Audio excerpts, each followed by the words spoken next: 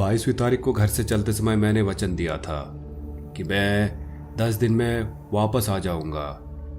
और नरभक्षी के पीछे पड़ने का यह मेरा अंतिम अभियान रहेगा। वर्षों बाहर पड़े रहने और दबाव झेलने तथा लंबे लंबे समय तक घर से अनुपस्थित रहने का, जो चौगढ़ की शेरनी और रुद्रप्रयाग के तेंदुए के लिए कई कई महीनों की हो गई थी,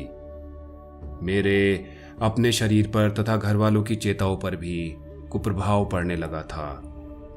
और यदि 30वीं नवंबर तक मैं इस नरभक्षी को मारने में सफल न हो पाया तो इस काम को पूरा करने के लिए दूसरों को खोजना पड़ेगा जो इस काम को करने के लिए राजी हो। अब यह 24वीं तारीख की रात थी, इसलिए मेरे पास साफ साफ 6 दिन थे। शेरनी के उस दिन के व्यवहार से जांचते हुए लग रहा था कि वह अपना अगला मानव शिकार प्राप्त करने के लिए बेचैन है। इसलिए इतने समय में जितना मेरे पास उपलब्ध है, मेरे लिए उससे संपर्क करना कठिन नहीं होना चाहिए। कई तरीकों से इसे पूरा किया जा सकता था और इनमें से प्रत्येक को बारी बारी से अपनाकर देखा जाएगा। जिस तरीके से पहाड़ों में शेरनी की गोली लगने से मारने की सफलता मिलने की सबसे ज्यादा संभावना दिखाई पड़ती है, वह मारे गए शिकार पर किसी पेड़ के ऊपर बैठने से ही है। और यदि शेरनी उस रात उस कटड़े को, जो मैंने थाक में बांधा है, नहीं मारती तो अगली रात और उसके बाद हर रात दूसरे 2 कटड़ों को उसके बाद में उन जगहों पर बांधूंगा जिन्हें मैंने पहले से चुन लिया है। और किसी मानव को मारने में विफल रहकर यदि शेरनी मेरे किसी कटड़े को मार लेती है, जैसा उसने पहले भी एक बार किया था जब अप्रैल में इबर्सन दंपत्ति और मैं सेम में पड़ाव डाले हुए थे, लट्ठों की आग जलाकर जो रात भर जलती रहती, मैं भीतर की तरफ चला और अपने तंबू के पीछे छुद्रो जंगल में काकड़ को बोलते सुनते हुए सोने चला गया। अगले सवेरे जब नाश्ता तैयार किया जा रहा था, मैंने राइफल उठाई और चूका एवं सेम के दरमियान नदी के दाएं किनारे किनारे फैले हुए रेत के विस्तार में गमन मार्ग ढूंढने के लिए चल दिया। खेतों को छोड़ देने के उपरांत यह रास्ता कुछ दूरी तक छुद्रो जंगल से होकर जाता है और इस पर एक बड़े नर तेंदुए के गमन मार्ग मिले। संभवतः यह वही जानवर था जिसने गत रात काकड़ को भयभीत कर दिया था। एक छोटे नर शेर ने पिछले सप्ताह लद्या को कई बार पार और पुनर्पार किया था और उसी अवधि में नरभक्षी ने भी केवल एक बार नदी को सेम की तरफ से आते हुए पार किया था। एक बड़ा नर भालू मेरे आने से कुछ देर पहले रेत पर से होकर गया था और जब मैं पड़ाव में वापस पहुंचा तो लक्कड़ ठेकेदारों ने शिकायत की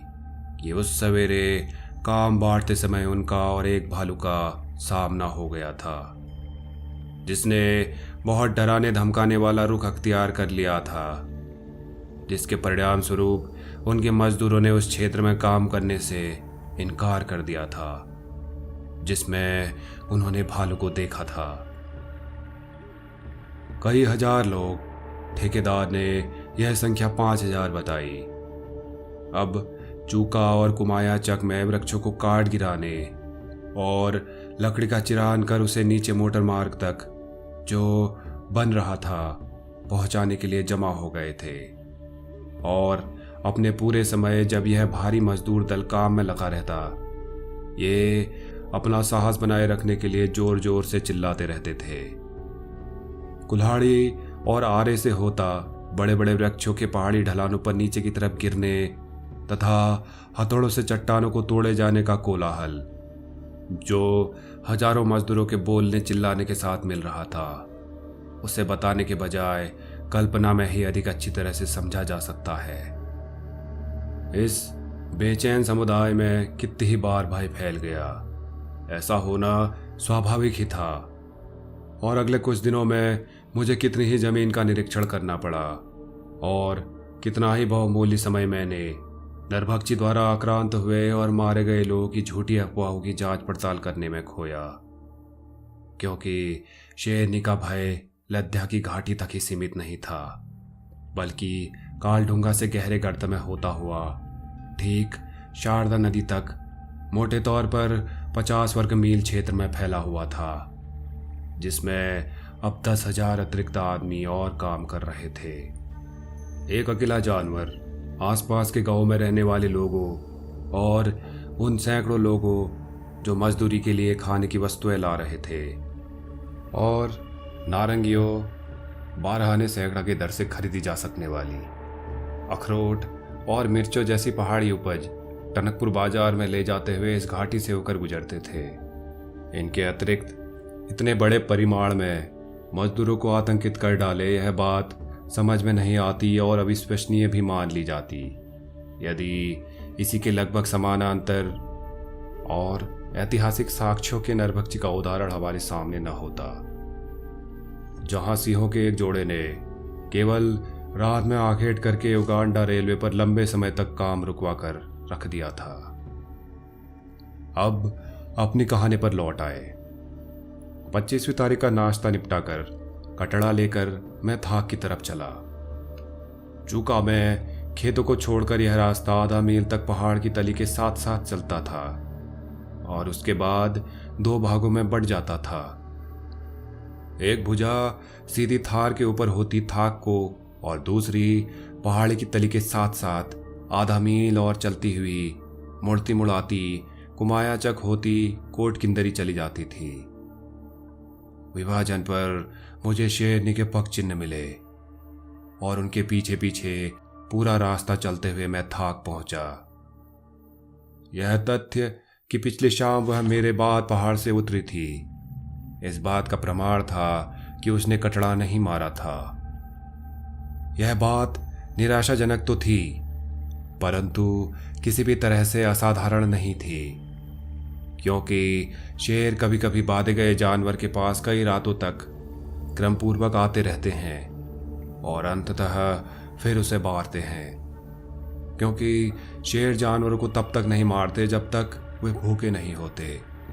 दूसरे कचड़े को आम के पेड़ पर छोड़कर, जहां हरी घास प्रचुरता से थी, मैं घरों के किनारे किनारे होता आगे गया और देखा कि नंबर 1 वाला कटड़ा परेशानी भरी रात बिताने के बाद खूब खा पी कर शांतिपूर्वक सोया हुआ है। गांव की तरफ से आकर शेरनी, जैसा कि उसके पगचिन्हों से दिखाई पड़ा,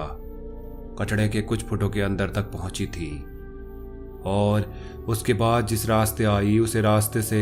वापस चली गई थी। कटड़े को झरने पर ले जाकर मैंने उसे 1-2 घंटे चरने दिया और फिर उसे वापस लाकर उसी जगह बांध दिया जहां वह पिछली रात बांधा था। दूसरा कटड़ा मैंने आम्र वृक्ष से 50 गज की दूरी पर बांधा, जहां पर वह रोती हुई स्त्री और गांव वाले उस दिन मिले थे जब इबटसन दंपत्ति और मैं उस मारे हुए मनुष्य की जांच पड़ताल करने गए थे। यहां कुछ फुट गहरा खड्ड पथ को पार करता था, जिसके एक तरफ सूखा ठूंठ था और दूसरी तरफ बादाम का पेड़ था जिस पर मचान बांधा जा सकता था। नंबर 2 वाला कटड़ा मैंने ठूंठ से बांध दिया और उसके आगे इतना काफी भूसा डाल दिया कि वह उसके लिए कई दिनों तक चलता रहे। थाक में और कुछ मुझे करना नहीं था, इसलिए पड़ाव में लौट आया और तीसरे कटड़े को लेकर लद्या नदी पार की और उसे सेम के पीछे उस खड्ड में बांट दिया जहां शेरनी ने अप्रैल में हमारा एक कटड़ा मारा था। मेरे कहने पर टनकपुर के तहसीलदार ने सबसे तगड़े 3 जानवर कटड़े जो उसे मिल सके चुने थे। तीनों कटड़े अब उन जगहों पर बांधे जा चुके थे जहां शेरनी आती जाती थी, और जब मैं 26वीं तारीख को सवेरे सवेरे उन्हें देखने चला तो मुझे बड़ी उम्मीद थी कि उनमें से एक जरूर मारा जा चुका है और अब मुझे उस पर शेरनी के आने पर शेरनी को गोली मारने का अवसर मिल जाना चाहिए। लद्या पार वाले कटड़े से आरंभ करके बारी बारी से मैं सभी कटड़ों को देखने गया और पाया कि शेरनी ने उनमें से किसी को भी नहीं छुआ था। एक बार फिर जैसा पिछले सवेरे हुआ था। मुझे थाक जाने वाले मार्ग पर उसके गमन मार्ग दिखाई पड़े, परंतु इस बार पगचिन्हों के दोहरे कुलच थे, एक नीचे की तरफ जाने के और दूसरे वापस आने के। अब दोनों यात्राओं में शेरनी पथ के आसपास रही थी और उस टुकड़े से कुछ फुटों के अंदर रहते हुए गुजरी थी, जिस पर आम्र वृक्ष से 50 गज दूरी पर ठूंठ से कटड़ा बंधा हुआ था। मेरे चुका लौटने पर थाक के ग्रामवासियों का एक शिष्टमंडल वहां के प्रधान के नेतृत्व में मेरे तंबू पर आया और खाद्य पदार्थों की सप्लाई खरीदने के लिए गांव में चलने की प्रार्थना की। इसलिए दोपहर को प्रधान, उसके साथियों और मचान बांधने की रस्सियों तथा मेरे लिए खाना लिए अपने 4 आदमियों के साथ मैं थाक लौटा। और जब गांव वाले जल्दी जल्दी जिस सामान की उन्हें जरूरत थी उसे खरीद इकट्ठा कर रहे थे, तो मैं खड़ा हुआ उनकी रखवाली कर रहा था। दोनों कटड़ों को खिला पिलाकर मैंने नंबर 2 को फिर से ठूंठ से बांध दिया और नंबर 1 को पहाड़ से नीचे और आधा मील ले जाकर पथ के एक किनारे खड़े वृक्ष से बांध दिया। फिर मैं उन ग्रामवासियों को वापस चूका ले आया और कुछ 100 गज पहाड़ी पर ऊपर लौटकर हल्का सा भोजन किया और उधर मेरे आदमी मचान तैयार करते रहे। अब यह बिल्कुल स्पष्ट हो गया था कि शेरनी को मेरे मोटे कटड़े की तरफ कोई रुचि नहीं थी, और जो कि 3 दिन में मैं थाक जाने वाले पथ पर 5 बार उसका गमन मार्ग देख चुका था। मैंने उसी पथ पर बैठने और उस रास्ते से जाते हुए उस पर गोली का निशाना लगाने का प्रयत्न करना तय किया। शेरनी के आगमन की चेतावनी मुझे देने के लिए गले में घंटी बांधकर उस पथ पर एक बकरा बांध दिया और 4 बजे एक वृक्ष पर चढ़कर बैठ गया। अपने आदमियों को मैंने अगले सवेरे 8 बजे वापस लौटने को कह दिया और अपनी निगरानी शुरू कर दी। दिन छिपते ही ठंडी हवा चलने लगी और मैं अपना कोट कंधों पर डालने की कोशिश कर ही रहा था कि मचान की तरफ की रस्सी फिसल गई और उससे मेरा आसन और भी बेआरामी वाला हो गया। 1 घंटे बाद तूफान आ गया और हालांकि वर्षा ज्यादा देर तक नहीं होती रही, उसने मुझे अंदर तक भिगो दिया, जिससे मेरी बेआरामी और बढ़ गई। 16 घंटे तक मैं वृक्ष पर बैठा रहा, परंतु इस दौरान न तो कहीं कुछ दिखा और न ही मुझे कुछ सुनाई दिया। 8 बजे सवेरे मेरे आदमी आ गए। गर्म स्नान और अच्छा भोजन करने के लिए मैं पड़ाव लौट गया और फिर अपने 6 आदमी साथ लेकर थाक की तरफ चल दिया। रात की वर्षा ने पथ पर बने सारे गमन मार्ग धो डाले थे और जिस वृक्ष पर मैं बैठा था उससे 200 गज ऊपर मुझे शेरनी के ताजे पगचिन्ह दिखाई पड़े, जहां वह जंगल से निकलकर बाहर आई थी और थाक की दिशा में पथ पर गई थी। बड़ी सावधानी से मैं चुपके पहले कटड़े के पास पहुंचा और वहां यही देखने को मिला कि वह पथ पर पड़ा सोया हुआ है। शेरनी उसके चारों तरफ घूमी थी, कुछ गज तक उस पथ पर चली थी और फिर पहाड़ पर चढ़ गई थी। उसके गमन मार्ग का अनुसरण करता हुआ मैं दूसरे कटड़े की तरफ बढ़ा और जैसे ही मैं उस जगह के निकट पहुंचा जहां उसे बांधा था, तो 2 नीली हिमालयी मैनाएं जमीन से ऊपर उठी और चीखती हुई पहाड़ी से नीचे उड़ गई। इन चिड़ियाओं की उपस्थिति ने संकेत दिया, नंबर 1 कि कटड़ा मर चुका है, 2 यह थोड़ा खाया भी जा चुका है और उसे उठाकर ले जाया नहीं गया है, और नंबर 3 कि शेरनी कहीं आसपास में नहीं है। ठूंठ पर पहुंचने पर, जिससे कटड़ा बांधा गया था,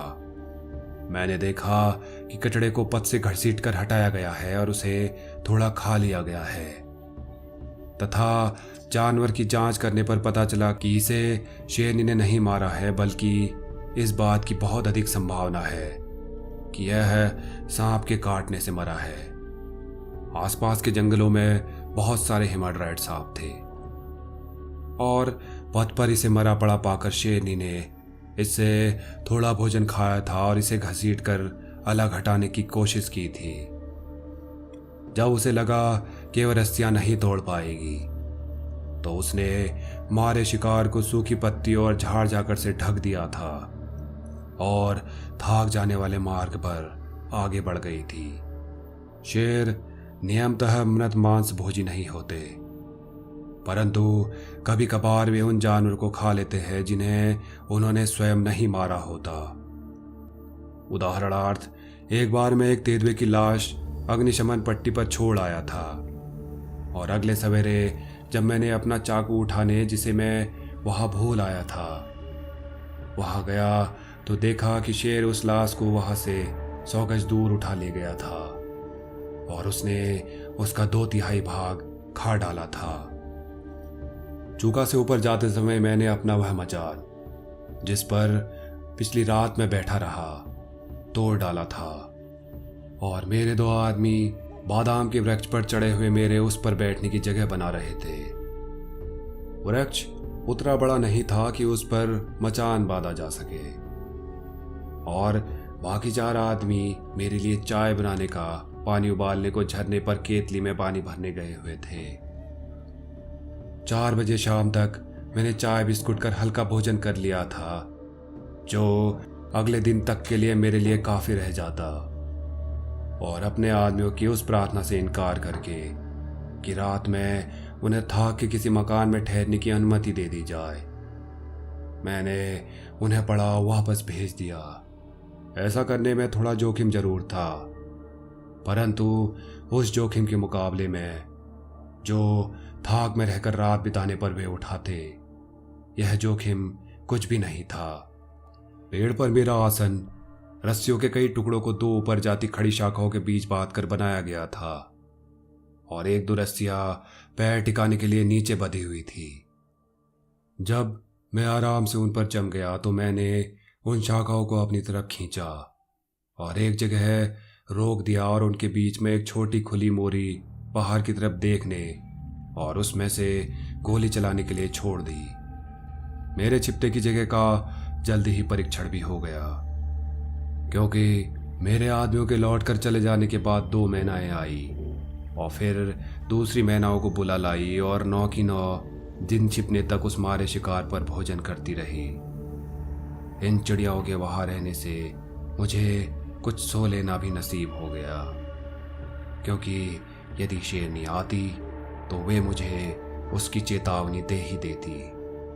और उनके चले जाने के बाद मेरी पूरी रात भर की चौकसी शुरू